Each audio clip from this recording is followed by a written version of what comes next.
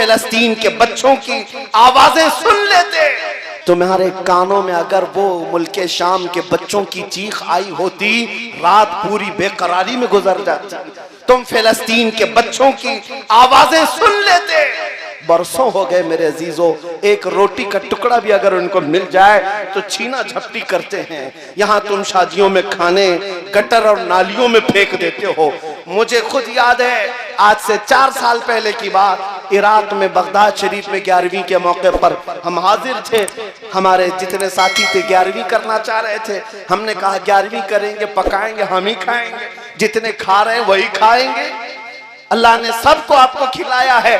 आओ refugee camp में, जो जंगों में जिनके घर तबाह हो चुके, झोपड़ियां डालकर रह रहे हैं, हम बकरे काटते हैं, उन तक गोश्त पहुंच जाए, ये सबसे बड़ी 11वीं है।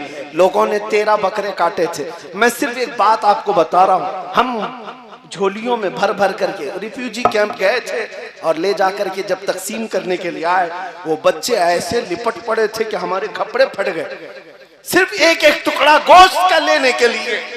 और जब एक पाव किलो का गोश्त का टुकड़ा किसी बच्चे को दिया जाता, वो चूमता था, आंखों से लगाता था, अपनी अम्मा को पुकारते हुए झोपड़ी में भाग रहा होता कि अम्मा गोश्त आ गया, गोश्त आ गया। ये मंजर देखकर जितने हम तकसीम करने के लिए गए थे रो पड़े थे मेरे अजीजों। ये हालात आज उसी रसूल की उम्मत के साथ हैं और तुम्हें जरा बराबर एहसास नहीं, दर्द नहीं। आज हमारे नाचने के दिन नहीं है, हमारे रक्स करने के दिन नहीं है। नौजवानों को नाचते हुए रक्स करते हुए देखते हैं तो दिल के अंदर अजीब सी कैफियत पैदा होती है। इस्लाह मुआशरा का ये बहुत बड़ा पिल्लर है। यहाँ से अगर खराबियां खत्म हो जाएं, क्योंकि मेरे आका ने फरमाया मेरी उम्मत के 2 पहिए हैं, 2 जमातें अगर सही हो गई तो मेरी पूरी उम्मत सही हो जाएगी। साहबा ने पूछा वो 2 जमातें कौन सी हैं? फरमाया एक उलमा की, एक उमरा की, अमीरों की। ये 2 अगर सही हो गए तो उम्मत सही हो जाएगी, और ये 2 बिगड़ गए तो पूरी उम्मत बिगड़ जाएगी। जरूरत है इस्लाह मुआशरा में यहाँ की भी इस्लाह की। उलमा इमाम अहमद बिन हम्बल और उनके जमाने के बड़े मुहद्दिस हैं शेख अली मदीनी, इमाम बुखारी के उस्ताद हैं। ये इमाम अली मदीनी और इमाम अहमद बिन हम्बल में किसी मसले में इख्तिलाफ हुआ। इमाम अहमद बिन हम्बल के शागिर्द कहते हैं हम एक दिन पढ़ने के लिए बैठे हुए थे, शेख अली मदीनी घोड़े पर सवार होकर तेजी से आए, घोड़ा सामने बांध दिया और सीना तान कर अंदर इमाम अहमद बिन हम्बल का दरवाजा खोला। चीखते हुए आ गए, अहमद बिन हम्बल कहाँ है? दरसगाह में बैठे थे। इमाम अहमद बिन हम्बल ने अपने सारे शागिर्दों को बाहर भेज दिया, जाओ हमारी बातचीत होगी। ये है बड़े उलमा की बात, छोटों को पहले बाहर कर दिया, जाओ हमारी बात होगी। दोनों बड़े मुहद्दिस हैं। इमाम अहमद बिन हम्बल जिनको 5 लाख हदीसें याद है, शेख अली मदीनी इनको भी लाखों हदीसें याद है। दोनों एक कमरे के अंदर दरवाजा बंद करके बातचीत कर रहे हैं। शागिर्द कहते हैं आवाज इतनी बुलंद हो गई थी हमें लगता था कि अब मारपीट हो जाएगी, हाथापाई की नौबत आ जाएगी, इतना तेज आवाज अंदर से आ रही थी।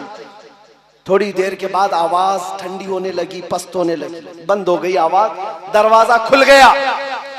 शागिर्द कहते हैं हमने दरवाजा खोला तो शेख अली मदीनी गुस्से में उठकर जा रहे थे और इमाम अहमद बिन हम्बल भी उनके पीछे पीछे जा रहे थे।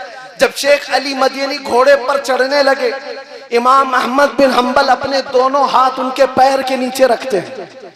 शेख अली मदीनी इमाम अहमद बिन हम्बल के हाथों पर अपना पैर रखकर घोड़े पर चढ़ गए, सलाम किया और निकल गए। इमाम अहमद बिन हम्बल का ये अमल शागिर्द देख रहे हैं। पूछा हुजूर जो इख्तिलाफ था खत्म हो गया? इमाम अहमद बिन हम्बल ने कहा खत्म नहीं हुआ, अभी भी चल रहा है। मैं उनको कायल नहीं कर सका, उन्होंने मुझे कायल नहीं किया, इख्तिलाफ अभी भी बाकी है। शागिर्दों ने पूछा अंदर इतना चीखम पुकार हो रही थी, हाथापाई की नौबत आने वाली थी ऐसा लग रहा था, और जब दरवाजा खुला तो आप बाहर निकलकर उनके पैर के नीचे अपने हाथ रख रहे हैं, ये क्या मामला है? अगर इख्तिलाफ है तो फिर हाथ क्यों रखा उनके नीचे?